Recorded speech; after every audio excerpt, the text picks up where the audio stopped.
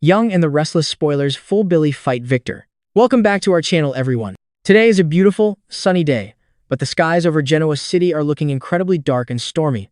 We have an absolute mountain of drama to unpack today, so grab your biggest mug of coffee, get comfortable, and let's dive right into the absolute madness. I cannot believe what I am watching right now. I am literally typing this late at night because my brain will not shut off after seeing Billy Abbott strut around like he owns the universe.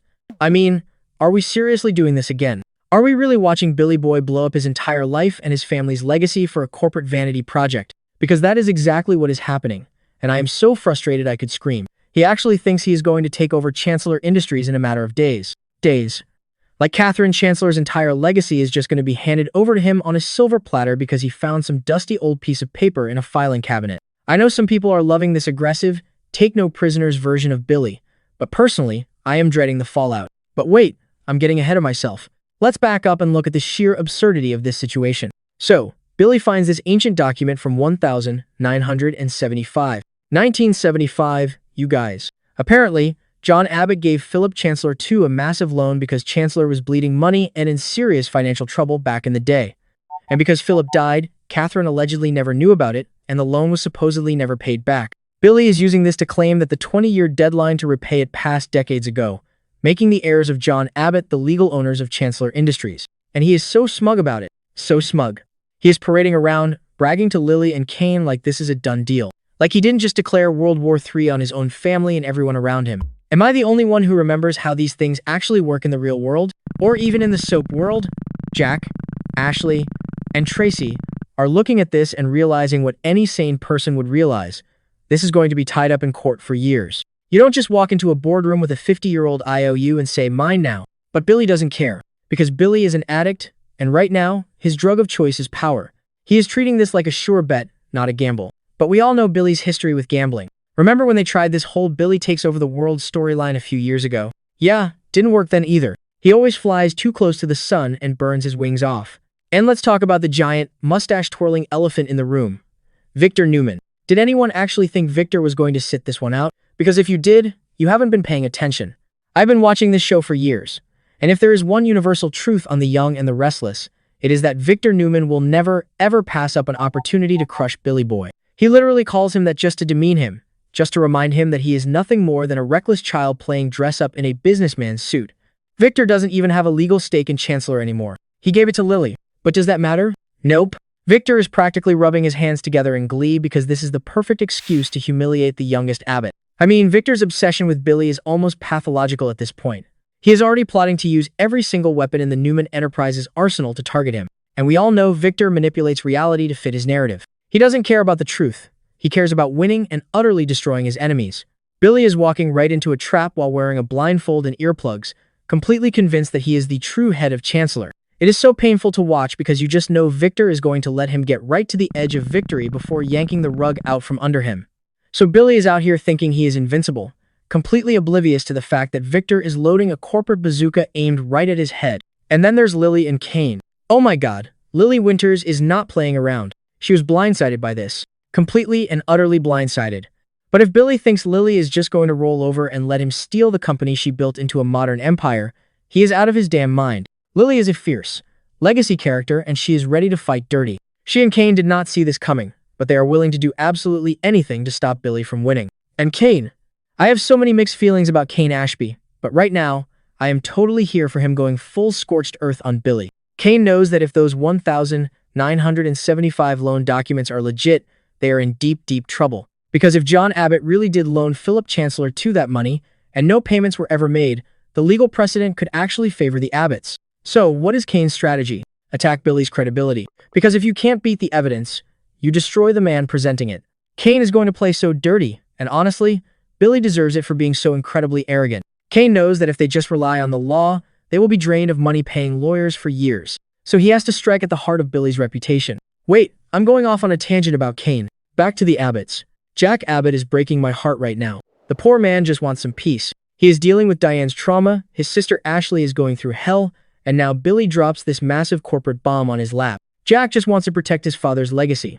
He doesn't want the Abbott name dragged through the mud in a messy, public, years-long legal battle over a company they haven't been involved with in decades. Jack knows that John Abbott would never want his children tearing apart Genoa City over a forgotten loan. But Jack is going to be forced off the sidelines. He can't just sit back and watch this happen. When Victor gets involved, and you know he will, Jack won't be able to stay neutral. When Victor starts launching Newman Media smear campaigns against the Abbott family and trying to tarnish John's reputation just to get to Billy, Jack will have to step into the ring. And it is going to be epic, but it's also going to be tragic. Because this isn't about business anymore. This is about family pride, ego, and decades of bad blood. Jack is going to have to choose between supporting his erratic brother or watching Victor destroy him and the Abbott name in the process. I just keep thinking about the sheer audacity of Billy Abbott. He finds a piece of paper from 1975. 1975, and he thinks this is his golden ticket. He doesn't see it as a gamble. He sees it as his absolute birthright. But that is the tragedy of Billy Abbott. He always thinks he is the smartest guy in the room, but he is always playing checkers while Victor is playing 3D chess. Victor is going to let Billy get just close enough to the prize before crushing him. And the worst part is, Billy is practically handing him the hammer. Let's talk about the legal reality of this for a second. I know it's a soap opera. The law doesn't matter. But still, a loan from 50 years ago? There are statutes of limitations. There are corporate restructuring laws. Chancellor has been bought, sold, merged, and divided a dozen times since 1975. Catherine Chancellor left her estate to her heirs. How does a secret loan from John Abbott suddenly supersede decades of legal ownership? It makes no sense. But Billy is clinging to it like a life raft because he desperately needs a win. He needs to feel like he is a titan of industry, equal to Jack and Victor. And that's the core of it, isn't it? Billy's deep-seated inferiority complex. He has always felt like the screw-up of the family, the one who makes the mistakes, the one who gambles it all away. He wants this Chancellor takeover to be his crowning achievement. He wants to walk into the GCAC and have everyone bow down to him. But true power doesn't work like that. True power is what Victor has, the ability to destroy your enemies without even breaking a sweat. Victor is probably sitting at the ranch right now, sipping a scotch, and laughing his head off at Billy's delusions of grandeur. I am so terrified for Lily in this storyline. She has worked so hard to build Chancellor Winters.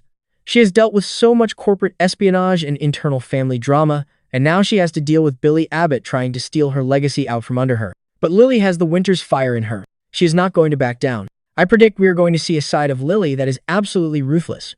She is going to team up with Kane, and they are going to tear Billy's credibility to shreds. And honestly, I would cheer for them. Because Billy is acting like a tyrant and he needs to be taken down a peg. Because Billy needs to be stopped. He is alienating everyone who actually cares about him. Jack is exhausted by him. Tracy is worried sick.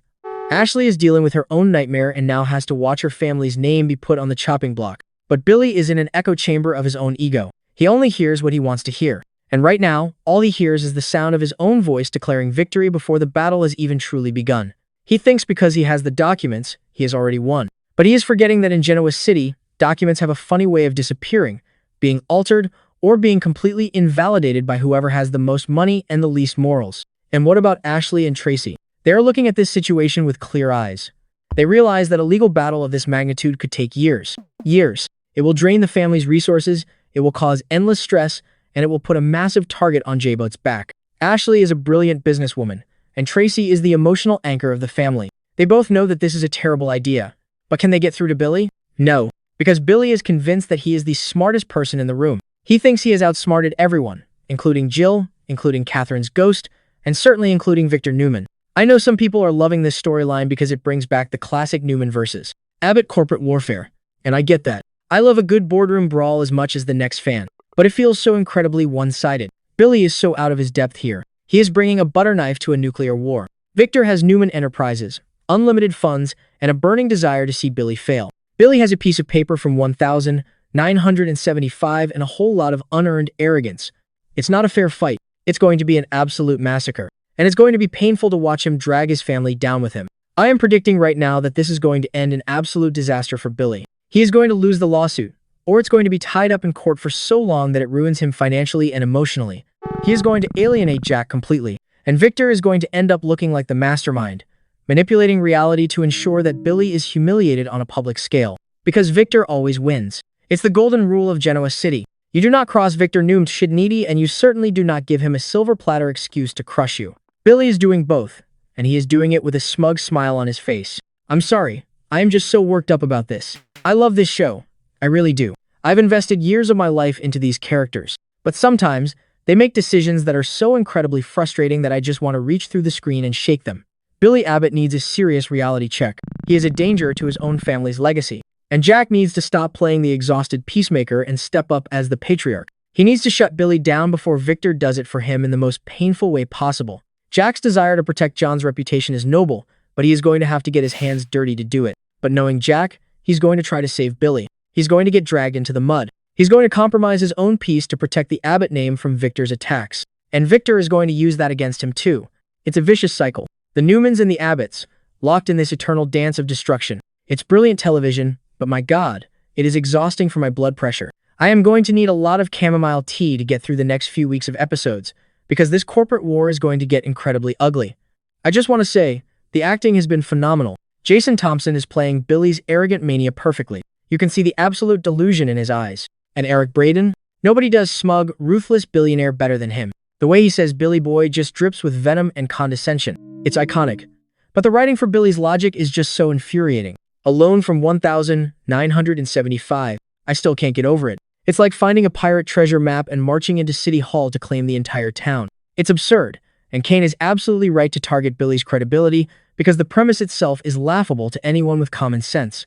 Okay, I need to wrap this up before I type a whole novel. But seriously, mark my words, Kane is going to find some deep, dark dirt on Billy to destroy his credibility. Lily is going to go to war and show no mercy. Victor is going to launch a campaign that will ruin Billy's reputation and threaten the Abbott name. And Jack, Ashley, and Tracy are going to be left picking up the pieces of Billy's shattered ego. This is not a sure bet, Billy. This is the biggest gamble of your life, and the house always wins, especially when the house is owned by Victor Newman. Let me know what you guys think in the comments. Am I being too hard on Billy? Are you rooting for him to take over Chancellor Industries? Do you think Victor should just mind his own business for once? Yeah, right, like that'll ever happen. I need to know I'm not alone in this intense frustration, because right now, I feel like I'm taking crazy pills watching Billy Abbott confidently burn his life down. Alright, I'm going to bed. See you all tomorrow for the next episode of this beautiful, stressful mess of a show.